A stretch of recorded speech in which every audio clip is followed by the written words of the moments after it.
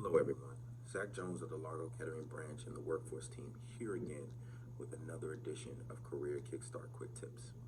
Today's edition of Quick Tips will revolve around the important aspect of workplace etiquette. This is critical to the role of your job as well as job retention. The way you conduct yourself in the workplace affects more than you know. So let's get started. So you've got the job, but understanding basic procedure and etiquette are things that every workplace environment encompasses.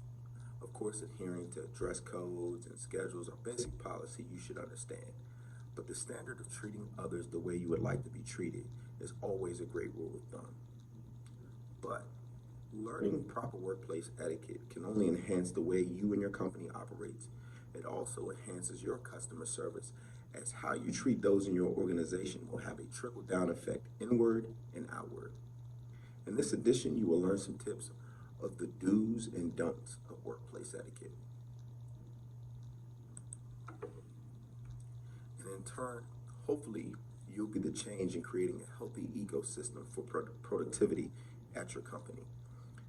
So let's get into it. The first tip is one that has served me well in my career, and that is to be early. Being on time and ready to work is an important way to show your commitment to your job. It also can allow for time for you to learn a new responsibility and may even provide an opportunity for you to advance yourself. I live by this mantra. To be early is on time, to be on time is to be late, and to be late is unacceptable. Arriving early is one aspect of workplace etiquette that not only affects you, but also all those that work with you. This segues into my next tip of being willing to help a coworker. When you arrive at work early, you've also etched out some time in your day. So, help a coworker. Helping or collaborating with a coworker, you are being a team player in regards to the company's overall mission. Also, you're exposing yourself to another dynamic of the inner workings of your job. So, for example, if you're responsible for the shipping and the logistics at your job, working with coworkers who are, responsible for the ordering of the incoming shipments would be ideal, or even working with somebody in the finance department of your company who approves the purchases that you receive. This is you gaining insight into how the supply chain at your company works. With this type of knowledge and teamwork, collaborating to find a place in which the supply chain can be improved is made that much easier. So this can kind of go hand in hand with my next tip, which is one of my favorite aspects in regards to your career, networking. So taking the time to network internally can be just as valuable as externally networking. Now that you've been helping your coworkers, you have essentially been networking to some degree. But networking outside of your department or your particular field within your company provides the experience to learn something new and to teach something new. An example of you as a customer service representative using a company database. If you network with a member of the IT department at your company, he may link you to the database developers. As you and your coworkers' conversations progress, this may lead to you teaming up together to improve this database. But now you've also gained access to the developer and their network, which could help you create a lot of new innovation for your company, but on a larger scale, develop something new for the entire industry as a whole. My next tip is to respond and reply to emails in a professional and timely fashion.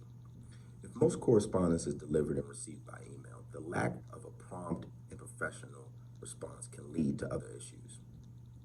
Make sure that you use proper addresses, both for the person that you're emailing, but also use proper working titles of the person that you're emailing.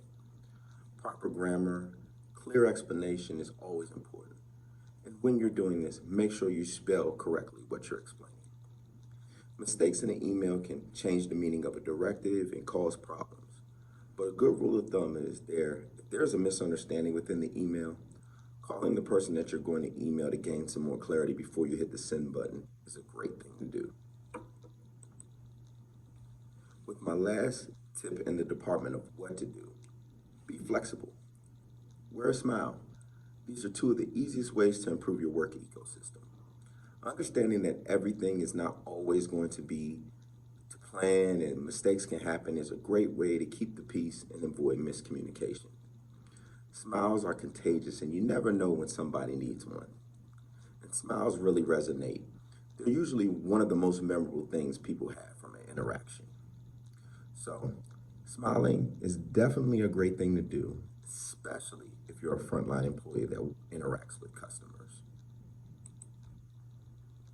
So, now on to the don'ts of workplace etiquette. I hope that these are things that you, as an employer, are already aware of, but I'll bring up some of these tips just in case you're not. My first don't tip is don't be afraid to ask questions. This is a don't that is a do. In order for you to gain understanding and clarity in the assignments of your job, asking questions is important. So in these moments, make sure you're listening because a great listener is a great learner. But even when there's complete understanding, make sure that you ask the questions as they can help you avoid mistakes and problems moving forward. And to echo the don't tip of to not be afraid of asking questions, speak up, but don't overstep your boundaries. This could be in the sense of challenging a supervisor or a CEO. By challenging their choices that are made, it's not always a necessary thing that you need to say how you feel. And if there's an issue, bring it to the attention of your immediate supervisor or seek out the appropriate channel, but avoid stepping on the role and responsibilities of the individual that's in charge. If there's a way at your job to leave critique anonymously, that would probably be a good means of doing so. You don't want to damage the ecosystem of your workplace by gossiping about your coworker or your boss or other issues that are going on within your company. And my next tip is in regards to my previous tip about emails. If in an email thread, you shouldn't reply to everybody that's in the email thread. So let's say you received a email that was sent out to everybody within a working group that you're in. You do not want to reply to everybody if you just want to talk to one specific person within that email thread. So make sure to only reply to the person that you need to address, because this can become problematic as the nature of the email may only need to be between you and the person that sent the email. You definitely don't want to have all the parties involved or privy to the information that you send to this person or that they send back to you. And this can lead me to my next tip of keeping your professional life and your personal life separate. You don't want to bring your emotions of an outside issue to work. So, for example, the attitude that you may have from a bad breakup is not the energy you want to bring to a customer service environment. The issue of meshing the two can create the idea that you may not even be true. And it will create a perception of the company as well because you work there. And the customer's experience is going to shape the perception. So, this is going to lead me to my last and final tip. And it builds off the tip of not meshing your personal life and professional. And that's don't be unprofessional at work social gatherings. In the essence, if your company has a Christmas party or a staff appreciation gathering, this is not a party that you would have with your friends outside of work. So yes, you may be the life of the party and like to partake, but yes, this is a social setting. But those that are in charge of you are in this party as well. So participate, but limit yourself to some degree. Don't be the employee that lacks self-control and possibly says or does something that you cannot recover from. So try your hardest and your best to maintain your professionalism, even though this is a social setting. Yes, this is a great way to get to know those who you work with side by side outside of the walls of your company and build morale. But remember, after this event is over, the next day at work, it's back to business with these same people. So be mindful. So, in conclusion, Work etiquette is a great way to build teamwork, camaraderie amongst you and your coworkers, which I said is a trickle-down effect to all others you interact with. And being able to communicate, extend basic courtesy within your workplace, you can change and bring balance to your environment you walk into every day.